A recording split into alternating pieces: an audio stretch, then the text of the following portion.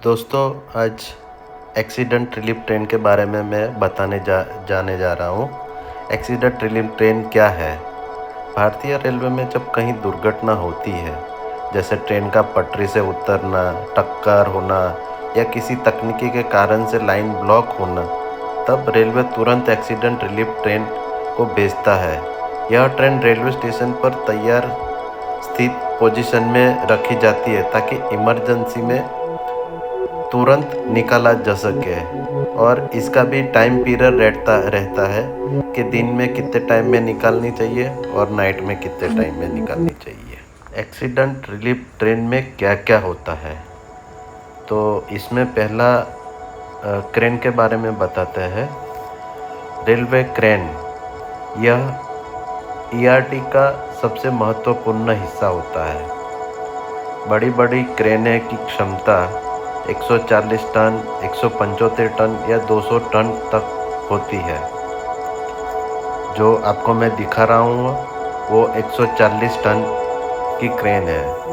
और जब ये ईआरटी ऑर्डर होती है तो इसकी स्पीड भी 100 होती है ताकि इजीली जा सके फास्ट।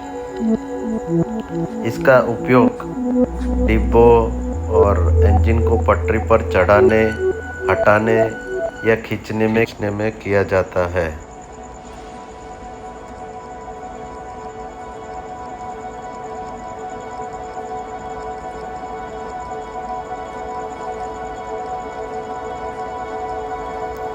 ईआरटी कैसे काम करता है, चलिए आपको बताते हैं। जैसे ही दुर्घटना की सूचना मिलती है, नज़दीकी डिपो से ईआरटी को तुरंत रवाना किया जाता है।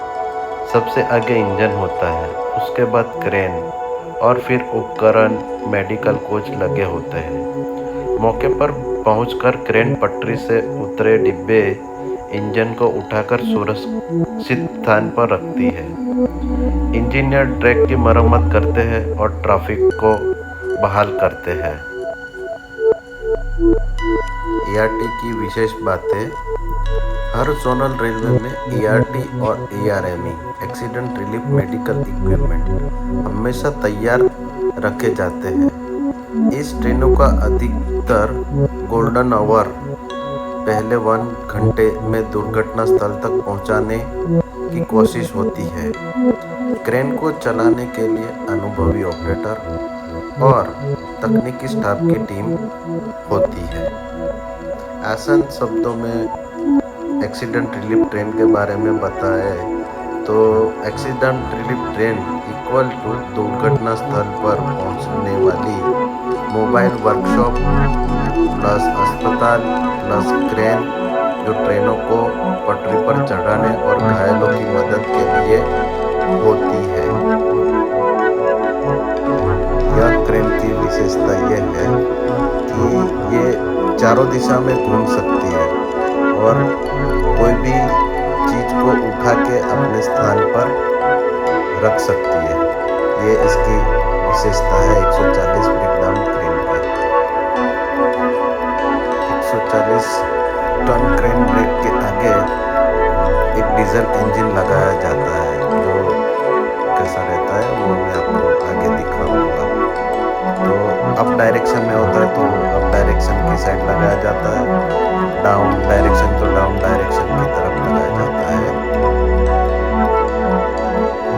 अब ये डिब्बा दिखाने जा रहा हूँ, वो क्रेन के पीछे लगा रहता है, वो है मटेरियल ऑफ क्रेन। क्रेन का जितना भी मटेरियल है वो सब यही डिब्बे में रहता है ताकि आसानी से अपने को मिल जाए और दुर्घटना स्थल पे इजीली काम कर सके।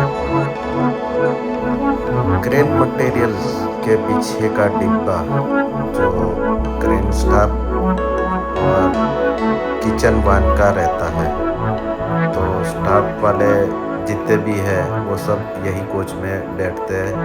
और किचन का जो सामान है, किचन आप जानते होंगे कि किचन में क्या क्या चाय बनाना, सब कुछ बना, वो सब इसमें ही रहता है।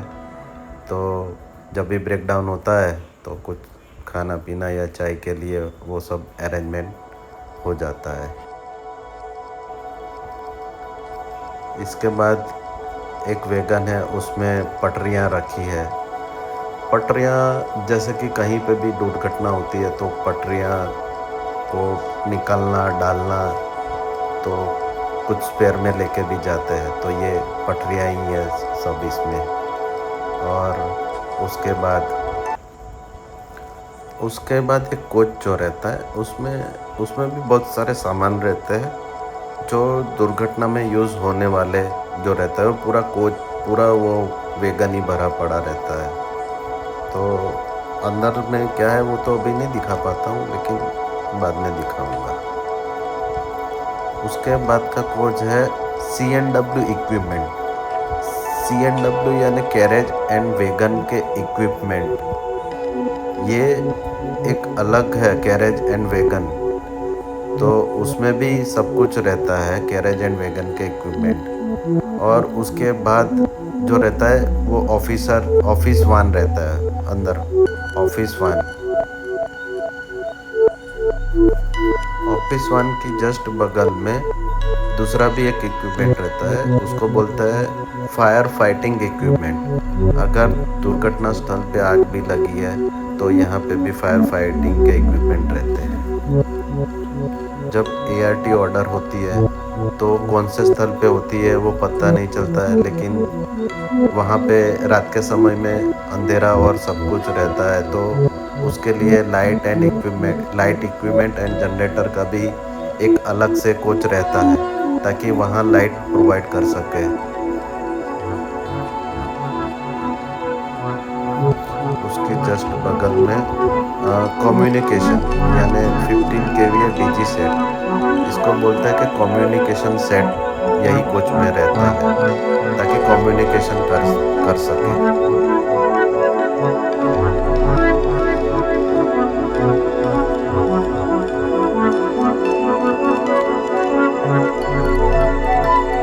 यह कोच एक ज़बरदस्त है। जब एक्सीडेंट होता है तो लोखंड के टुकड़े को काटना रहता है, तो इसमें सब कटिंग का इक्विपमेंट रहता है, जैसे गैस कटिंग इक्विपमेंट। तो सपोज जब बहुत बड़ा एक्सीडेंट होता है तो क्या है, वो पूरे कोच चढ़ जाते हैं, उसको काटना निकालना, तो ये यहाँ से भी ज़रूर पड़ती है। और प्लाज्मा कटिंग इक्विपमेंट का भी कुछ इधर ही लास्ट में रहता है। और ये C&W मटेरियल भी रहता है। इससे क्या होता है कि जो चीज़ चाहिए वो सब ART में मिल जाती है।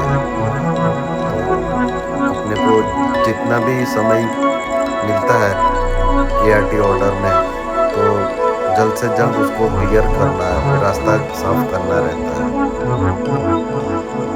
लास्ट जो कोच है वो स्टाफ के लिए किचन एरिया सब कुछ रहता है। इसमें ऑफिसर से लेके सब आदमी आ सकते हैं जो ART से रिलेटेड है।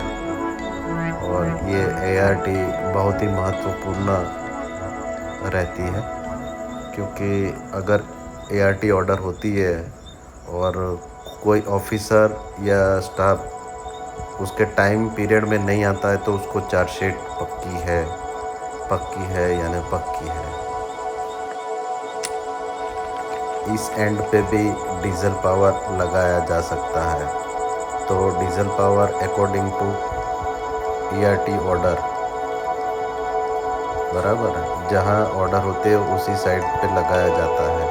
और ऐसा एक डीजल पावर साइड में रखा जाता है, तो ART जिस तरफ अप या डाउन में जहाँ पे भी ऑर्डर होती है तो PCR इन्फॉर्म करता है कि अप डायरेक्शन में हुआ है तो उसको फटाफट अप डायरेक्शन में अटैच करना है, डाउन डायरेक्शन तो डाउन डायरेक्शन में अटैच करना है, और उसको रेडी करके रवाना करना है। तो दोस्तों ये ART के बारे में मैंने बताया। तो आपको ART के बारे में जानकारी अच्छी लगे तो प्लीज़ लाइक शेयर करें। धन्यवाद।